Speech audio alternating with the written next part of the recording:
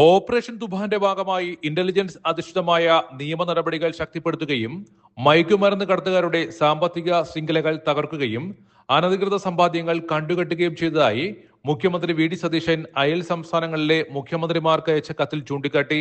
മയക്കുമരുന്ന് കടത്ത് ശൃംഖലകൾ വിവിധ സംസ്ഥാനങ്ങളിലായി വ്യാപിച്ചു പ്രവർത്തിക്കുന്ന സാഹചര്യത്തിൽ അവയെ ഫലപ്രദമായി നേരിടുന്നതിന് അയൽ സംസ്ഥാനങ്ങളും കേന്ദ്രഭരണ പ്രദേശങ്ങളും തമ്മിലുള്ള ഏകോപിത പ്രവർത്തനം അനിവാര്യമാണ്. കേരളവും കർണാടകവും തമിഴ്നാടും പുതുച്ചേരിയും തമ്മിലുള്ള അതിർത്തി മേഖലകൾ, പ്രധാന റോഡ് ഇടനാഴികൾ, വിനോദസഞ്ചാര കേന്ദ്രങ്ങൾ, വിദ്യാർത്ഥി ശൃംഖലകൾ, നഗര വിതരണ കേന്ദ്രങ്ങൾ എന്നിവ മയക്കുമരുന്ന് മാഫിയകൾ ദുരുപയോഗം ചെയ്യാൻ സാധ്യതയുള്ള മേഖലകളാണ്. നിരവധി അന്തർ സംസ്ഥാന അന്തർദേശീയ മയക്കുമരുന്ന് കടത്തുകാരെ അറസ്റ്റ് ചെയ്യാൻ കേരള പോലീസിന് കഴിഞ്ഞിട്ടുണ്ടെന്നും മുഖ്യമന്ത്രി അറിയിച്ചു. ഇത്തരം സംഘങ്ങളെ ഫലപ്രദമായി നേരിടുന്നതിന് തത്സമയ വിവര കൈമാറ്റം, സംയുക്ത ഓപ്പറേഷനുകൾ, ഏകോപിത ആസൂത്രണം എന്നിവ അനിവാര്യമാണ്.